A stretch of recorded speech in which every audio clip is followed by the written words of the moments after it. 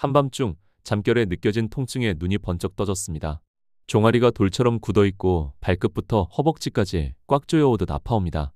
움직이려 하면 더 심해지고 어떻게 해야 할지 몰라 한참을 주무르니 겨우 진정이 되지만 다음 날까지 근육이 욱신거리죠.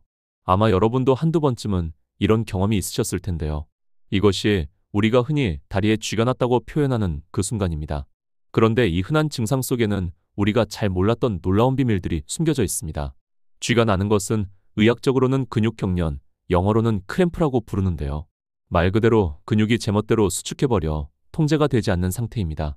연구에 따르면 성인의 30에서 50%가 1년에 한 번 이상 경험하고 특히 50대 이후가 되면 근육과 혈관이 노화되면서 더 자주, 더 심하게 나타난다고 하는데요. 특히 50대에는 10명 중 4명꼴로, 60세 이상에서는 3명 중 2명꼴로 경험한다고 합니다. 하지만 많은 사람들은 대수롭지 않게 여기며 방치하거나 잘못된 대처로 증상을 악화시키곤 하죠. 심지어 일부는 이것을 운동을 해서 생긴 좋은 현상이라고 오해하기도 하는데 꼭 그렇지만은 않습니다. 쥐가 나는 데에는 여러 가지 원인이 있는데 우선 가장 흔한 것은 근육의 과도한 피로와 탈수입니다. 하루 종일 서서 일하거나 계단을 오르내리거나 운동을 갑자기 했을 때 근육 속에 쌓여있던 에너지원과 전해질이 고갈되면서 쉽게 발병하게 되죠. 특히 여름철 더운 날씨에는 땀으로 수분과 나트륨이 빠져나가면서 쥐가 잘 나는데요. 이럴 땐 단순히 물만으로는 충분하지 않은 경우가 많습니다. 국가건강정보 포털에 따르면 물과 함께 소량의 전해질을 함께 섭취해야 근육의 수축과 이완이 원활해진다고 하는데요. 즉, 물은 충분히 마시되 바나나나 오렌지처럼 칼륨이 풍부한 과일을 같이 먹어야 합니다. 하지만 탈수와 피로 외에도 중요한 요인이 있습니다. 바로 혈액순환과 신경계의 이상입니다. 나이가 들면서 혈관의 탄력이 떨어지면 근육에 산소와 영양분이 충분히 공급되지 못하고 이로 인해 근육이 경련을 일으키는데요.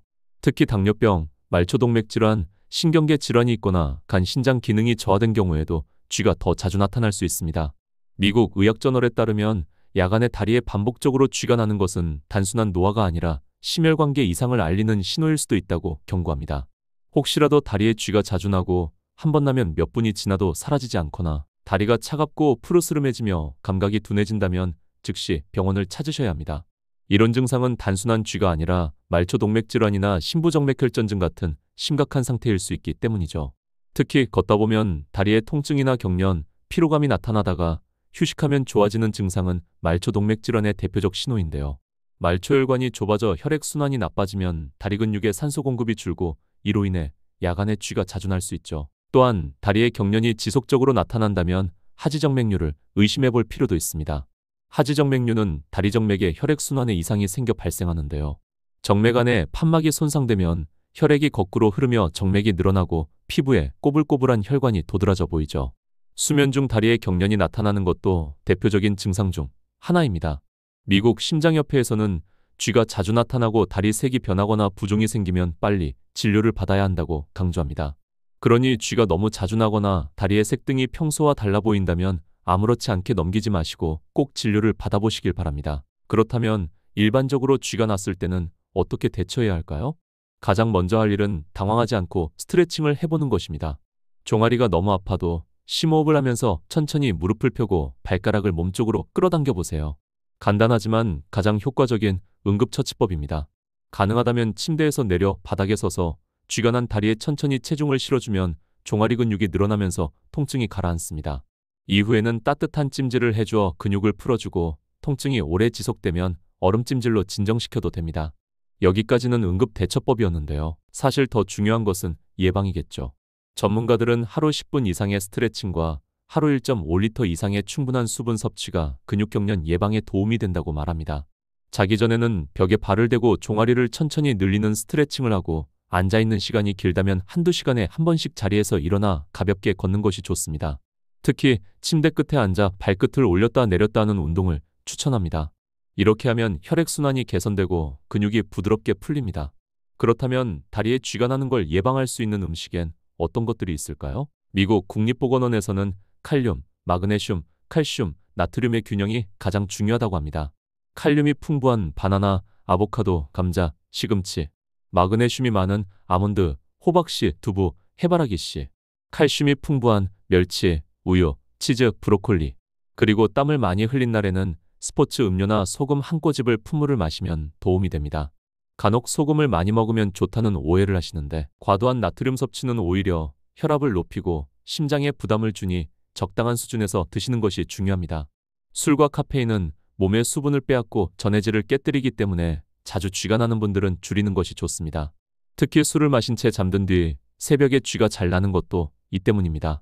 사실 쥐는 오랫동안 사람들에게 노화의 상징처럼 여겨졌지만 최근 연구들에 따르면 단순한 노화가 아니라 생활 습관과 근육 관리의 차이가 더 크게 작용한다고 합니다.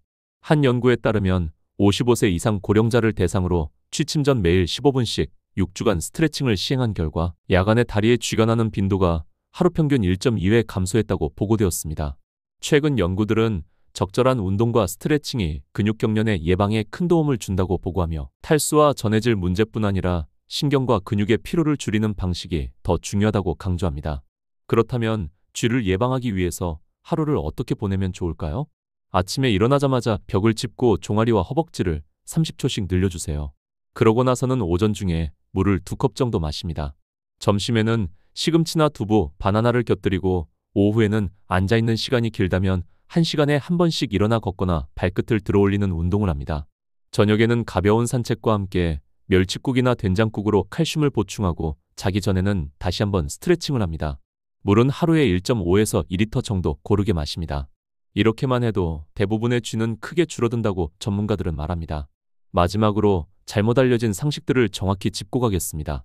운동을 하면 쥐가 난다는 말은 절반만 맞습니다.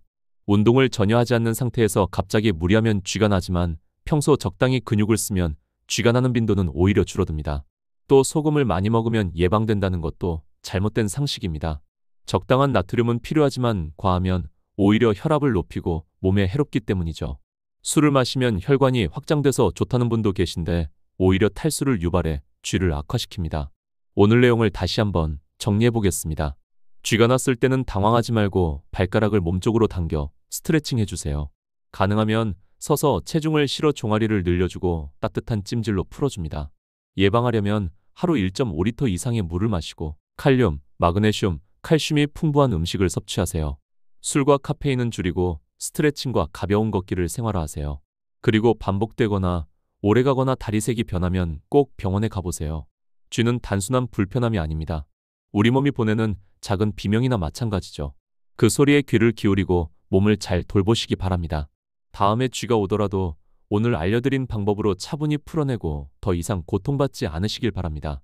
여러분의 건강한 밤과 편안한 아침을 응원합니다.